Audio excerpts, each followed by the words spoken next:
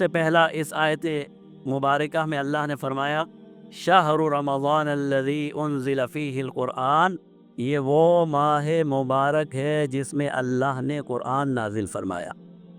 قرآن جناب نبی کریم صلی اللہ علیہ وسلم پر جو وحی کا آغاز ہوا ہے وہ رمضان المبارک سے ہوا ہے، اور بعض روایات میں ہے کہ صرف قرآن کریم نہیں، اللہ کی چاروں کتابیں رمضان المبارک میں نازل ہوئی ہیں۔ تورات، انجیل، زبور، قرآن کریم، یہ ساری کتابیں اللہ رب العزت نے قرآن کریم میں رمضان المبارک میں نازل فرمائی ہیں۔ تو سب سے پہلا عمل جو ہمیں رمضان المبارک میں کرنا ہے وہ یہ ہے قرآن کریم کی تلاوت۔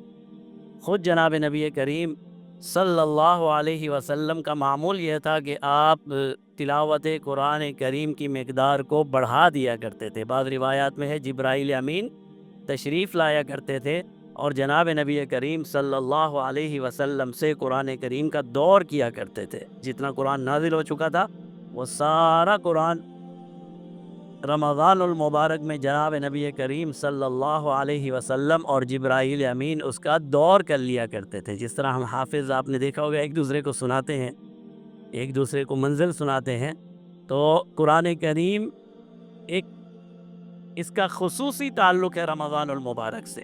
اسی لیے انسان ویسے بھی آپ نے دیکھا ہوگا جتنی تلاوت قرآن کریم کی رمضان المبارک میں کی جاتی ہے کسی اور مہینے میں شاید ہی اتنی تلاوت کی جاتی ہو۔ یہ امت کا معمول رہا ہے، آج سے نہیں، خود جناب نبی کریم صلی اللہ علیہ وسلم کے زمانے سے اس امت میں یہ خاصیت رہی ہے کہ کثرت سے رمضان المبارک میں قرآن پڑھا جاتا ہے۔ اس لیے ہمیں بھی کوشش کرنی چاہیے کہ ہم تلاوت قرآن کریم کی جو ہماری، اللہ معاف فرمائے ہماری تو ہے ہی نہیں، اللہ معاف فرمائے، پہلے زمانے میں لوگوں کی عادت ہوا کرتی تھی روزانہ 1 پارہ 2 پارے 5 پارے۔ صحابہ کی عادت یہ تھی کہ 7 دن میں جو سب سے کم درجہ ہے، کہا جاتا ہے کہ تابعین، تبع تابعین اور صحابہ میں سب سے کم درجہ جو تھا وہ یہ تھا کہ 7 دن میں 1 ہفتے میں قرآن کریم مکمل ہو جائے۔ آپ قرآن میں دیکھتے نا منزل لکھی ہوئی ہیں، 7 منزلیں ہیں، تو صحابہ یہ کرام رضوان اللہ تعالی علیہم اجمعین یہ کوشش فرمایا کرتے تھے۔ بعض صحابہ تو ایسے تھے کہ 3 دن میں، اور بعض ایسے تھے 1 رات میں۔